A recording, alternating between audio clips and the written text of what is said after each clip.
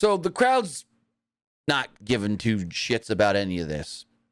And everyone's looking over at, Cole Carter, because Darby jumped back into the ring or whatever, ran them off. They're on the ramp. Satnam Singh's trying to yell back at Darby in the ring or whatever. And all of a sudden we hear a little bit of a commotion and somebody jumps in the ring. You see the hat. And as soon as you see the hat on Jeff Jarrett, you know it's Jeff Jarrett. He's got the hat, the long black trench coat, whatever. Darby turns around, waffles him with the guitar. So the other guys get back into the ring. I guess they're all a group now. Jeff Jarrett, Jay Lethal, Sanjay Dutt, Satnam Singh, and Cole Carter. I don't know, maybe.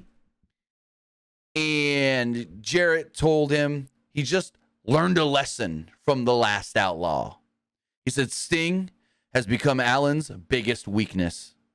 Jarrett said that he has a message for the delusional AEW fan base. Jarrett would then run down his resume to the tune of "You Still Suck" from the chants, as he called fans slapnuts. He then said that he's waging a war on the entire AEW roster, and the segment ended. They sent it to Jon Moxley backstage. But Luke, what are your thoughts on Cole Carter coming out here to help, and then Jeff Jarrett appearing as well?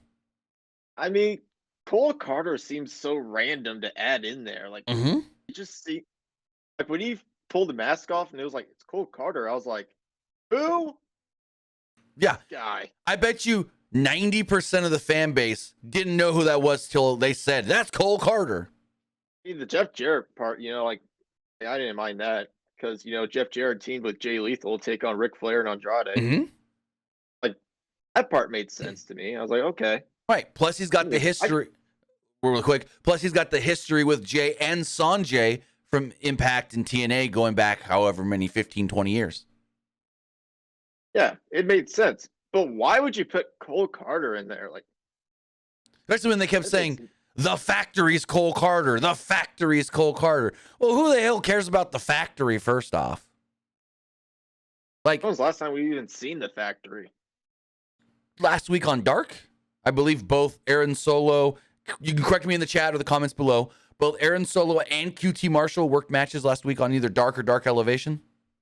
And probably this week. No, I think I saw a tweet yesterday from them saying that QT had a match on whichever the Tuesday Dark one is. Dark Elevations Tuesdays? I don't know. Last night, I think they said something on Twitter of QT Marshall in a match on the show. Yeah, I bet you nobody even knew who this guy was. I said to myself when I was watching it, before they said, he took the mask off and I go, he looks familiar, but I couldn't tell you his name off the top of my head. Then they said Cole Carter, and then I'm like, Cole, I had to think for a second, Cole Carter. Oh, that's the guy they signed after WWE fired him for popping a drug test. I don't know where this is going, but it doesn't sound like Jeff Jarrett's just in for a week or two. I would assume we see Jay Lethal and Jeff Jarrett taking on Sting and Darby pretty soon. That wouldn't be a bad idea. I'd kind of like to see that, if I'm going to be completely honest. I wouldn't be against it.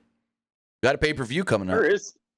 Where is Sting anyway? The Jay Lethal and them took him out weeks ago on Rampage, I think it was. No one remembers it.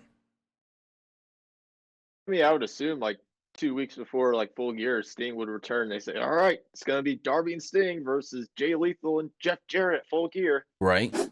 Also, Tony Khan just tweeted out less than 10 minutes ago, Jeff Jarrett is all elite.